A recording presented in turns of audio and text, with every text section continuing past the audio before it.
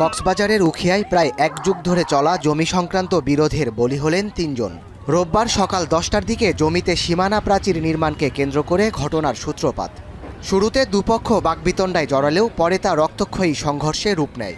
এতে উভয় পক্ষ লাঠি সোঁটা ও দেশীয় অস্ত্রশস্ত্র নিয়ে সংঘর্ষে জড়িয়ে পড়ে।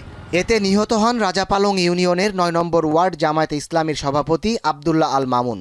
এছাড়াও নিহত হন প্রতিপক্ষে থাকা মামুনের চাচাতো ভাই আব্দুল মান্নান ও চাচাতো বোন শাহিনা বেগম।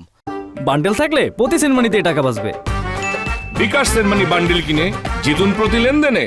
তাদের দুই পরিবারের মাঝে একটা বিরাজমান সৃষ্টি হয়েছে। চাচাতো ভাইয়ের মধ্যে মারামারি মারামারির এক পর্যায়ে যায় তারা চুরি মারামারি এদের জন্য তিনজন মারা গিয়ে।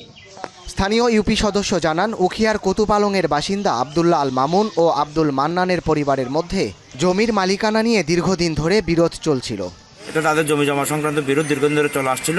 আজকে সকালে একটা বাউন্ডারি ওয়াল নির্মাণ করতে গিয়ে তাদের মধ্যে বিরোধ সৃষ্টি হয় এবং বিরোধের এক পর্যায়ে তাদের সংঘর্ষে জড়িত হয় এবং দেশীয় অস্ত্রশস্ত্র নিয়ে তারা একে অপরকে ওপর হামলা আক্রমণ করে। আক্রমণের এক পর্যায়ে দুপক্ষের 3 জন মানুষ নিহত হয়েছে। সংঘর্ষে আহতদের মধ্যে একজনের অবস্থা আশঙ্কাজনক হওয়ায় চট্টগ্রাম মেডিকেল কলেজ হাসপাতালে নেওয়া হয়েছে। এদিকে ময়নাতদন্তের জন্য কক্সবাজার সদর হাসপাতালের মর্গে নেওয়া হয় মরদেহ। ঘটনায় জড়িতদের চিহ্নিত করে গ্রেপ্তারে পুলিশের অভিযান চলছে বলে জানান উখিয়া থানার ভারপ্রাপ্ত কর্মকর্তা। এখন কক্সবাজার।